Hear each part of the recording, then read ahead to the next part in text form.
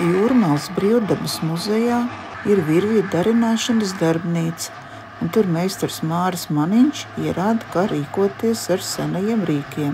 Šis, piemēram, ir šņukurs, kurš rūpējas, lai virves pavadieni līdzeni saguļās. Un tā mēs te griežam ar dažādiem ātrumiem, cītīgi. Katram roka ir jāpieliek, jāizmēģina, kā tas notika. Un Māris Maniņš pa brīdim dod kādu vērtīgu padomu.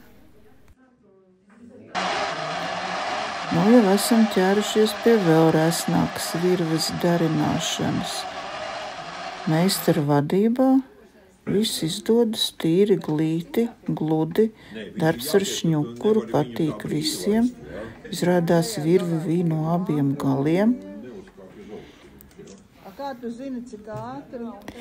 Izrādās uz viena burinieka ir 1,5 tonnas takelāžas. Tas ir buras un virves kopā. Un vēl bija jāņem līdz apmēram 1,5 tonna pakulu, jo arī uz kuģa tika darinātas dažādas virves, jo tās nodila un visu laiku bija jābūt gataviem uztaisīt tās no jauna.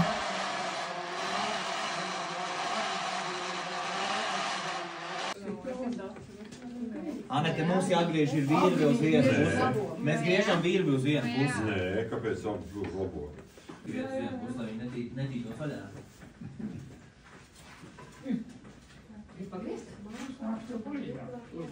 Būs pirmie griezieni, būs nevis 4.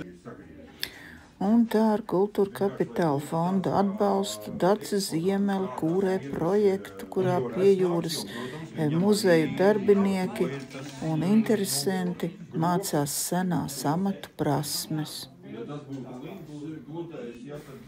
Kopīgiem spēkiem mēs novijām 3 dažādu resnumu virves, katru apmēram 10 metru garumā.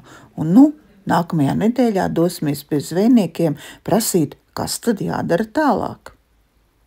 Un te mūsu draudzīgā grupiņa.